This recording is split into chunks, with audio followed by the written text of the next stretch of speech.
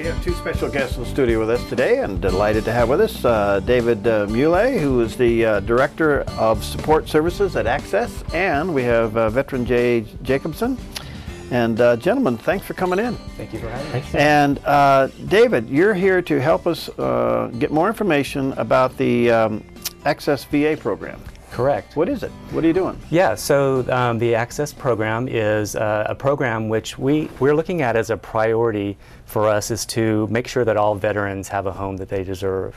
And so it's a program that's actually called the Support Services for Veteran Families. And it's giving us the opportunity to reach out to veterans who may be homeless or at risk of homelessness, and doing what we can to get them housed. That's wonderful. What a great service. And Jay, nice to see you. Thank you. And nice to be here. What's your story? Well, been living on the streets for quite a while. Really? Then I went to White City up here, spent 4 months at the source, and then I had to find a place for me and my wife to live, so we stayed at the St. Vincent de Paul for a month, and then we turned around and basically went out of the streets until we got everybody working with us. We had to show up at the housing segment of the VA, Access, and then Interfaith Care Community and Veterans in Recovery. We have mentors there, which was helping us to navigate the streets so that we could figure out what it is we needed and who was going to help us with what. You got hooked up with Access? Yes. Good. What an incredible thing. David, I don't think we know how big this problem is. Can you give us any idea? I can. In 2010, there was an estimate that there was approximately 1.5 million veterans who were considered impoverished. And according to the Department of Housing and Urban Authority or Development, they said about 13% of the veterans that were considered impoverished would actually be homeless within a year. So it's a very big problem that's happening, and of course that was 2010, so now we're a few years since then. In Jackson County, in 2010, we also discovered through a count that we have in Jackson County that there was approximately 180 veterans who were considered homeless.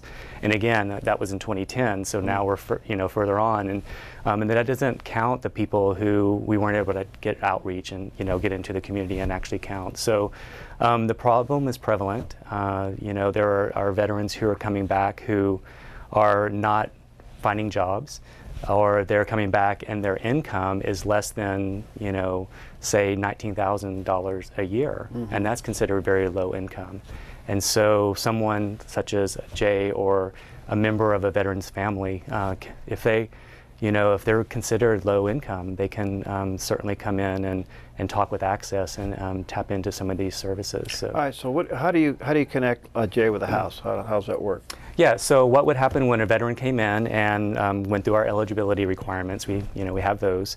We have case managers who actually sit down with the veteran and the veteran's families and look at what their goals. What is it that a veteran would like to see or to have. And in this case, it's going to be housing, sustainable housing. And so what we would do is we would have the veteran and the veteran's family, such as Jade, to actually go out and research and find places to live. And then with the funding that we have, we're actually able to support our veteran families by offering security deposits. We can give up, offer the rent, to pay the rent for a while until there's some sustainability. We can help with their utilities. So there's definitely the basic things that we can do to make sure that we're working with landlords and supporting, someone like Jay and his wife Paula, finding housing. And it's working for you, Jay? It is. In fact, they not only covered the deposit, but a couple of months' rent until the HUD VASH program came around behind, and so now our rent is basically a certain portion of our income, since our income is so low, but we're able to live there and stay there. But until our name came up on the list of the vouchers, Access was there to help out and be able to pay the rent. So we weren't in the back of our truck for more than 5 weeks this time. But wow. Where did you serve? What conflict were you involved in? Everywhere from Lebanon to Grenada. In 1980 to 1990. Really? 10 years? 3 months short of 11 years. Wow. Thank you for your service. You're welcome. Yeah, boy. I'm just overwhelmed that we have this problem, Yes. David. And I think, you know, we have so many issues out there, but here's a group that really have, you know, here we are going into Memorial Day weekend, and it takes a whole nother level of meaning and significance. How can people help you, help them? Well, so one of the things that, you know, what we're doing here today is if anyone who's watching or anyone knows of a veteran or a veteran's family who is homeless or at risk of losing their home, and so I think it's really important that we, you know, support those that are at risk. You know, you can give us a call at Access, and you can contact me if you want to volunteer, if you want to, you know, if you're a landlord who wants to open up some of your spaces for, you know, a veteran or a veteran's family. You know, give me a call and we'll tap you into how you can support in those areas. All right, that number, by the way, is 779-6691, 779-6691, and you can check it out also at Access Helps, that's ACCESS Helps.org, and find out from there. Now, the primary qualification, David, is low income? Actually, there are several things that we have to look at. One, obviously, you have to be homeless or at risk of being homeless. Yeah. And the second is, and I think this is really what's you know, quite wonderful about this program, is that it's also, you need to be a veteran, or you could be someone in a family member who has a veteran who is considered the head of the household.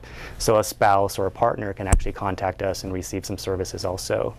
The third one is low income, as I said, and I gave the example of, you know, an individual veteran who makes $19,000 or less would be considered low income.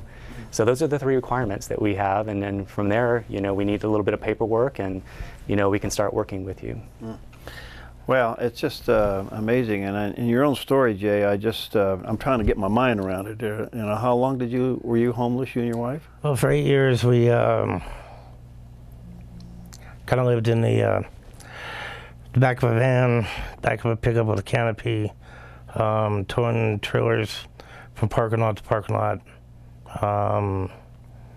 putting the two boys in one place, somebody's house where they could get to and from school while we stayed on the streets until we could find a place. Went from RV park to RV park, not being able to hold a job with a lot of my illnesses. And so when we had an income, we stayed in the RV park, otherwise we're touring from parking lot to parking lot. And I just can't imagine, again, David, you're sharing with us that this is a growing problem, you know. And what was the count in Jackson County, you said, roughly? In 2010, it was roughly about 180 veterans who were considered homeless. All right, well, let me just say to our viewers and listeners, you can help, and you can get a hold of David, 779-6691, and or accesshelps.org, because I didn't know that part of Access had this. And how long have you been doing it now? We've had these funds from the Department of VA since October, actually, so fairly new. Fairly new. Yeah. What's your long-range plan goal here? Well, as I said at the very beginning, we really at Access want to make a priority that all of our veterans who have served, you know, in the past or even, you know, most recent past, that they find their homes, and that, you know, they and their families could actually get the foundation, basic, fundamental parts of our lives, the basic, you know, that that they deserve, you know, that they really deserve. Are you involved in other areas besides housing for them? Yeah, we are. So the programs that help support, you know, as I said, we have utility and energy support. We have weatherization, where we can come into houses and help educate families on how to save money by, you know, weatherizing their homes. Rental subsidies, we can do, you know, help individuals occasionally who might be struggling, you know, lost their job and struggling with their rent. Obviously, we have food. So, you know, a veteran or anybody who's considered, you know, they're having a difficult time in our community, you know, they can come in and go to one of our pantries and receive some food. So there's a whole range of programs at Access that really aim at more of a holistic approach of helping support our citizens in Jackson County. Well, you've only been doing this since October. This is not since October, So yeah. how many have you placed so far?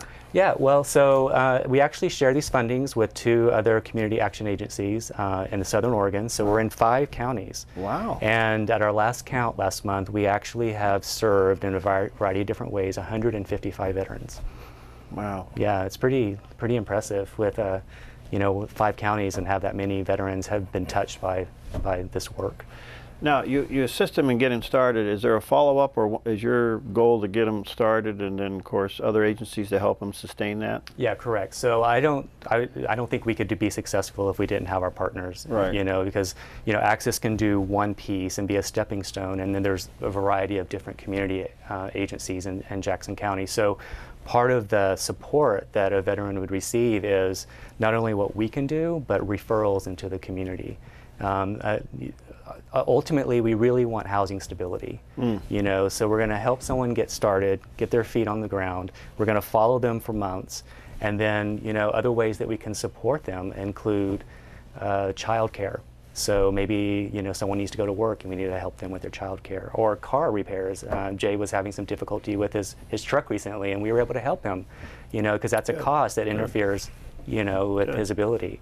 You know, so there's a lot of flexibility, and then we have our community partners. All right, with about a minute we have left or so, what can you say to those that have maybe an extra house, or they're an apartment owner, or maybe even a room that could be offered? What do you say to those people that could do that? Yeah, I would say, you know, take a moment and think about all the men and women who have served our country, are currently serving our country, and their families. You know, there's been sacrifice on a variety of different levels. Right. And if you have an open space and you know that there are people who could go in there and be part of, you know, be part of your community by being housed, they deserve it. You know, our families deserve it. And if you can offer that, you know, we need the housing. We need people, landlords and property owners, to acknowledge and to step up and to make available for our veterans the house they deserve. Okay, again, the phone number, if you want to get a hold of David, is 779-6691, 779-6691, or accesshelps.org, and there's a website there you can find out more information. But an opportunity to collaborate and help and bring resources and housing. And what about volunteers? You need help on that area? Or? Access can always use volunteers. Give us a call. We'll find some work for you. Trust me. Yeah, you can put food in a bag, right? Put food in a bag, and you can help us clean, whatever. Okay, thank you. All right. Hey, thank you so much, and thank you, Jay, for coming, sharing your story, and thank you for your service. All right, we'll see you next time on Focus Today.